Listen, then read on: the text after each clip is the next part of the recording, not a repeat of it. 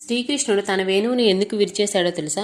ఒకరోజు శ్రీకృష్ణుడు రాధాదేవి మాట్లాడుకుంటూ ఉంటారు. అప్పుడు రాధాదేవి శ్రీకృష్ణుని నేను ఎక్కడ ఉన్నాను కృష్ణ అని అడగ్గా శ్రీకృష్ణుడు నాలో, నా ఊపిరిలో, నా ధ్యాసలో, నా ఊహలో ఉన్నావని చెప్తాడు. ఆ తర్వాత రాధాదేవి శ్రీకృష్ణుని నేను ఎక్కడ లేను అని ప్రశ్నించగా వెంటనే శ్రీకృష్ణుడు నా తలరాతలో అని చెప్తాడు.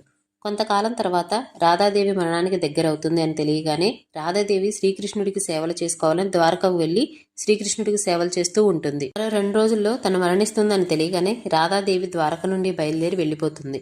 రాధాదేవికి మరణం వచ్చిందని గ్రహించిన శ్రీకృష్ణుడు రాధాదేవి దగ్గరికి వెళ్లి నీ చివరి కోరిక ఏంటి రాధా అని అడుగుతాడు. అప్పుడు రాధాదేవి నీ వేణుగానాన్ని వినాలనుంది కృష్ణ అని చెప్తుంది.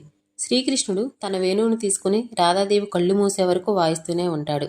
రాధాదేవి ఆత్మ తనలో ఐక్యమైన తర్వాత శ్రీకృష్ణుడు ఇదే నా చివరి వేణుగానం, ఇంకెవరూ వినకూడదు అని భావించిన శ్రీకృష్ణుడు తన వేణువును విరిచేస్తాడు. వీడియోని లైక్ చేసి జై శ్రీకృష్ణ అని కామెంట్ చేయండి.